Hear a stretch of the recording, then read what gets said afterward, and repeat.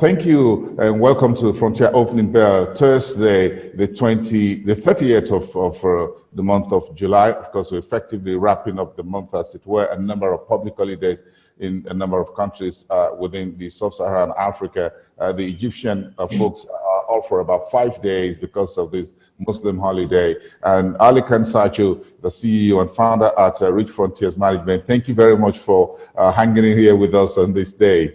Always a pleasure, Boss. Thank you.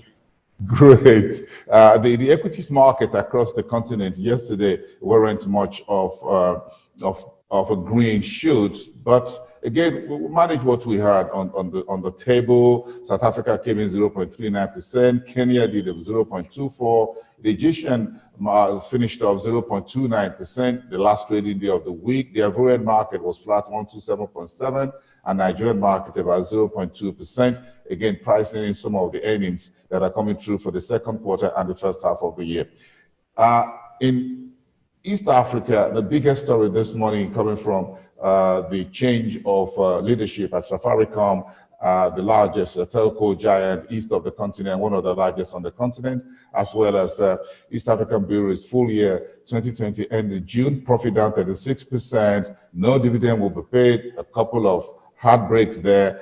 Folks are saying what happens with the extension of curfew and the ban on alcohol in restaurants. Meantime, the Kenya Central Bank left a policy rate unchanged yesterday, 7%, saying the reforms taking place are sufficient for now. So they're doing what we call monetary policy restraints.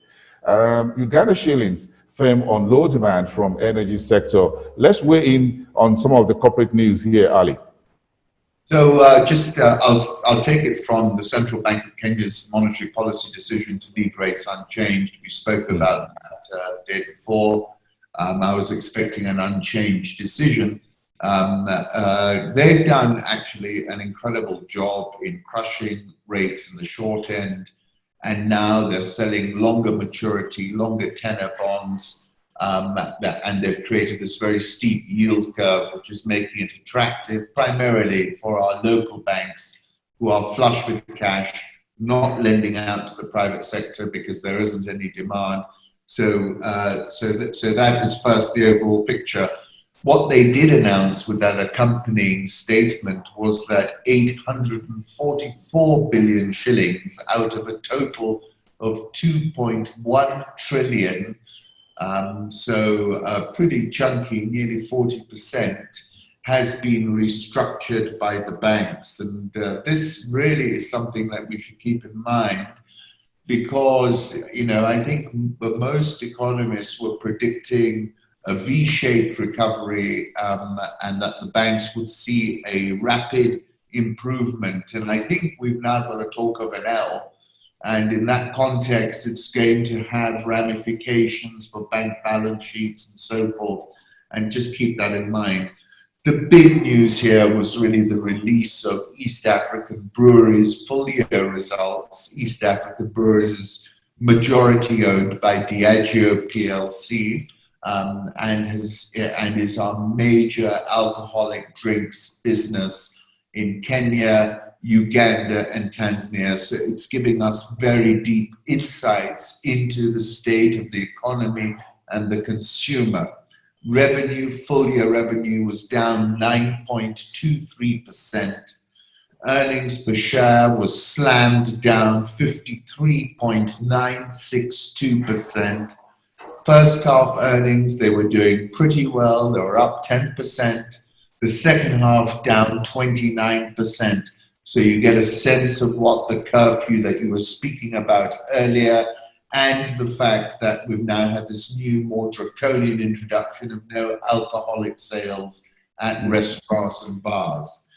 Kenya, which is the main business, about 2/3 of the business was down 14%. Uganda was down 5%, so I don't know how the Ugandans have managed to swing their alcohol. Tanzania was an outlier at up 14%, and you know, President Magufuli has been saying that there is no COVID in Tanzania, but doubt that. But No, I think you can't drink your way out of this virus. I'm not sure. the plus 14% in Tanzania, I think, is more a function of an underperforming business, which has now begun to do much better and has been restructured and optimized. But overall, this was a brutal second half. I think it took, as you said before we went to video, everybody was quite horrified by these numbers. They were presenting a very stark picture. And the question now is, when do we see the recovery? And unfortunately, my perspective is that second half is going to play out for the first half of the next 12 months. And it's very difficult for me to see a snapback quickly, especially when you profile our numbers, which have been climbing. Our test positivity rate is now in double digits. And when you look at all of that in the mix, I think this thing is going to be a bit more prolonged and that EABL are going to have to batten down the hatches, which is what they said. Just a couple of other stories. Safaricom announced that Michael Joseph was going to replace Nicholas Nganga as chairman. Michael is also the chairman of Kenya Airways, which is going under a restructuring exercise as we speak.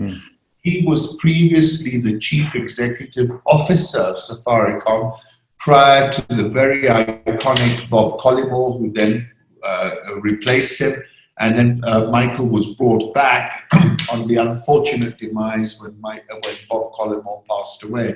So a very steady pair of hands, knows the business well. He was famously quoted as saying Kenyans have funny calling habits many years ago, and he's quite outspoken and brusque, Afrikaner fellow, an iconic figure in the Kenyan capital markets. And then just payments provider DPO Group is to sell its assets to Network International. We're seeing a lot of capital markets activity across the continent in that payment space. There's been a lot of announcements, a lot of investments being made. And in Kenya, of course, you're quite far down the curve in the digital money space. You get shilling firmed on low demand from the energy sector. That's a development we're seeing across the continent as people undergo curfews and lockdowns. Naturally, the demand for energy is much reduced. I agree with you, Ali, because again, when we look at the Nigerian space, the earnings are not looking really pretty good as far as the numbers go. And I'll share a few with you. I'm sure you look at Nigerian market as well. Just to share a few of the Nigerian stories, Cavatine Helicopters, which does offshore services for expatriates and others working on the oil fields offshore Nigeria between Lagos and Port Harcourt and the rest of the Delta, reported revenue down 5%, earnings per share a massive 55% slump. They blame this on the reduction in oil production, oil activities because of the lockdown and all of that. That was given yesterday. In the banking sector, FBN Holdings reported earnings per share rising to 135 kobo. They took a bit of a 3 billion naira in foreign exchange loss within the period, but overall the numbers, interest income and all that came in pretty well for this financial services group. Of course, we have the First Bank, which is Nigeria's oldest and one of the largest banks within the holdings group. So that brought some money in. Then they got in businesses within the capital market space, as you said earlier, for Nigeria as well. Cadbury in food business revenue was down 18%, earnings per share off track by 20%. Definitely, this was no brainer for Cadbury, which is trailing very far behind Nestle, the leader in that space. When Nestle numbers come in, we'll have how that pays out with the Cadbury. Then Seplat, Nigeria's E&P listed in Lagos and London exchanges, reported 34% revenue decline in the first half. And then, of course, ETI, which is the West African-based listed bank, that's EcoBank Transnational, operating in about 32 African countries. but listed in Lagos, Accra, and Ivory Coast, reported 22% decline in profit after tax, and of course booked about $2 million US. The currency depreciation and inflationary pressure from the Zimbabwean market that came in yesterday. Overnight, we got Nigeria's manufacturing PMI 44.9, 50 is the healthy reading. Anything below that is in the water.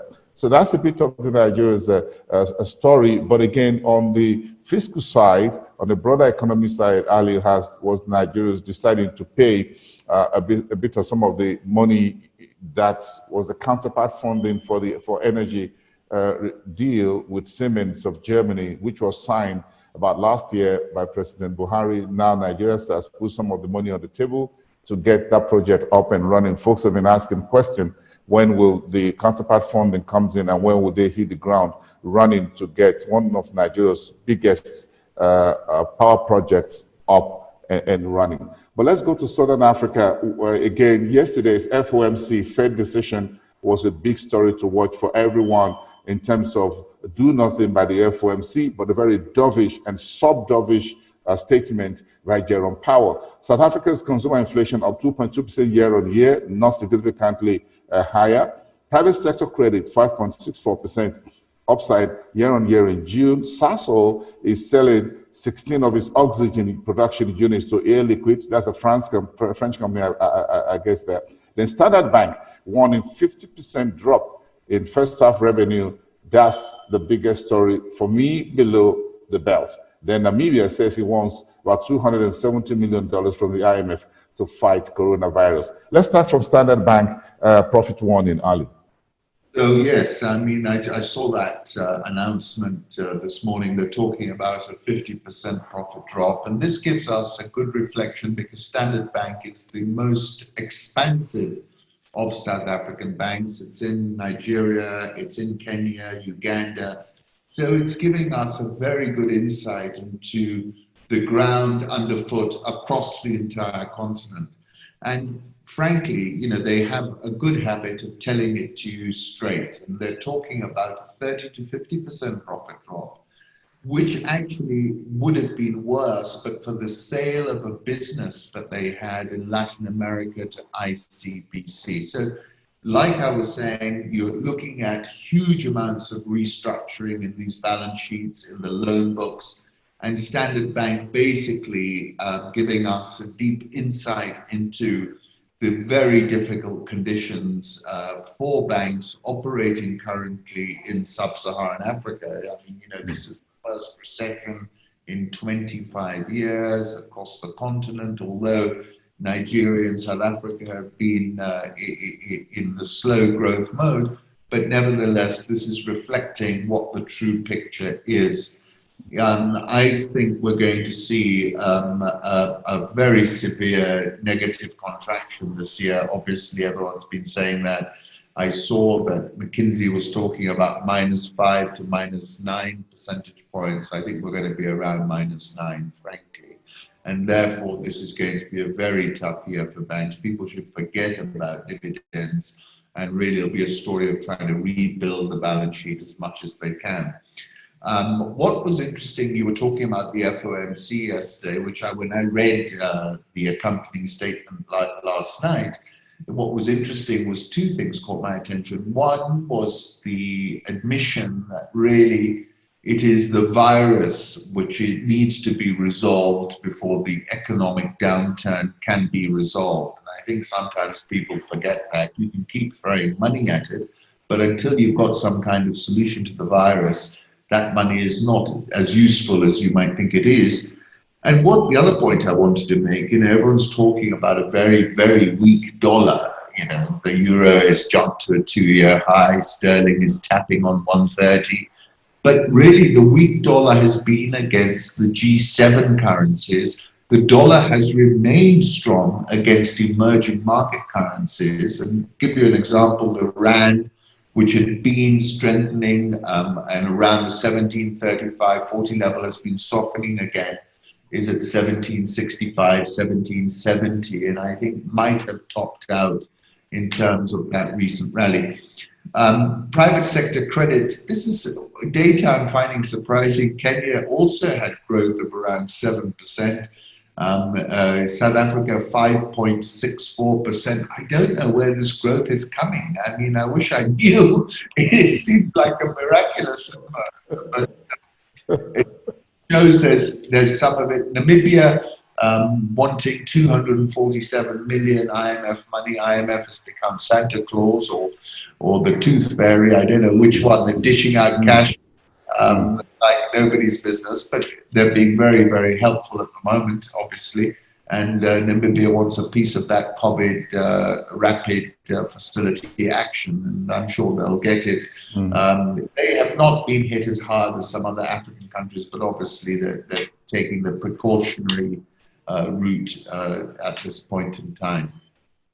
Interesting how the FOMC statement by Powell yesterday's evening around the virus has to lead, then the economy will follow, then the Fed will follow. I think that's the order now. So it's got to better push it to the fiscal authorities and the health authorities, fix the virus, fix the economy, then we will follow. That's the way it has to go. The Fed has just said, look, we can't take the driver's seat anymore. We've tried our best. We'll keep trying our best for the market. We'll try to keep everyone stable, but someone has to lead this very strongly from the front. And the political juggernauts and the wranglings in the Capitol and the Congress between the Democrats and the elections in November is not making things look very pretty easy when there will be a bit of a consensus on how to handle the U.S. economy when everybody is angling for November 2nd presidential elections. Let's finish off at the north, where Egypt is grabbing most of the headlines. The deficit was down. Deficit to GDP 7.8%, full year 2019-2020. A bit of economic data from Egypt yesterday. Trade balance deficit down 36.2%, $2.59 billion. The market had closed, but Egypt has gone again to the Arab Monetary Fund after taking the other funds from the left side, gone to the Arab Monetary Fund for another $640 million US. Ali. So it's interesting regarding that $639 million from the Arab Monetary Fund. You know, it's the most populous Muslim country in the Maghreb and Middle East, more than 100 million people. The stability of Egypt has been seen as key to the wider stability of the region. And the likes of Saudi Arabia, the likes of UAE, Kuwait have always been extremely strong supporters of President Sisi and of Egypt. And therefore, I think they will continue to make sure that Egypt's machine is well oiled, that Sisi is not put under any pressure. And I think 639 million is a further statement of that geopolitical reality and support that we know exists. The markets are closed for 5 days. It's the Eid al-Adha celebration, so you've got markets closed pretty much across those Muslim countries in the north of Africa. Budget deficit dipping 7.8 versus 8.2. I expect to see further improvement in that, simply because of two near-term, as the economy slows, imports are reduced. We're seeing that across the continent. We're seeing that in emerging market economies as well. And then in the medium term, the gas fines that they've had are going to reduce the energy imports that are required into that economy. And I think that's a positive for the medium term. So overall, you know, as we've discussed before, Egypt remains the carry darling of emerging market investors. There's nothing that's changed my mind on that. They seem to have dialed down the pressure on Ethiopia. I saw a newspaper report where Al-Sisi was telling his people, I don't want you to talk about war anymore. So you've had a dialing down of that. Libya, of course, remains volatile, and Sisi there is backing Haftar. And then you've got Turkey on the other side backing the government of national unity. So that remains volatile, but for now it seems to me to be under control. So geopolitically speaking, we're seeing some ratcheting lower of that very elevated level of stress we had, a few days and a few weeks ago. Yes, it looks like the rhetoric's been toned down a little bit from Cairo, so as not to upset investors who are piling into the Egyptian financial assets, and foreign investors who are also piling into crucial energy infrastructure and other economic projects there. So the whole Libya story has been, like you said, just been toned down. Ethiopian side story has also been toned down a little bit so that you don't upset the apple cart. At least if you have a hand on the economy, you can discuss the rest via diplomatic diplomatic lines, as it were. Thank you so much, Ali. It's great to have you here today on the show. We appreciate your time. We'll congregate together on Monday, the 3rd of August, to see how the market goes from here. Thank you. Have a great day and a great